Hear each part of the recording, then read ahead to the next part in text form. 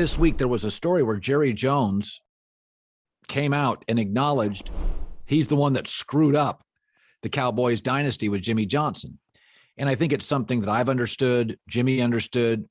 Dave, I've never even asked you this question before, but I mean, it's fairly obvious from my purview that basically when Jerry bought the Cowboys, he had to get the finances right. So he spent the next 2 years in his side of the building.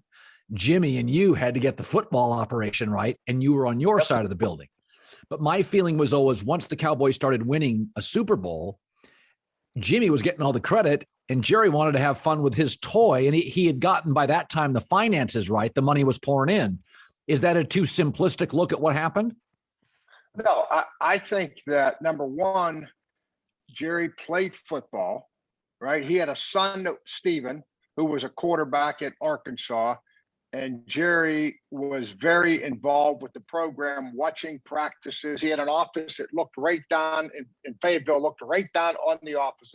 So he was a football business guy. He wasn't Wayne Huizenga, who I worked for at the Dolphins, who was worried about starting another Fortune 500 company. And that's all he cared about. So Jerry, I think that football part of it, but I sat there, what you're talking about, and I remember Jerry saying to Jimmy, "Hey, Jimmy, I've invested everything and cashed out all I got.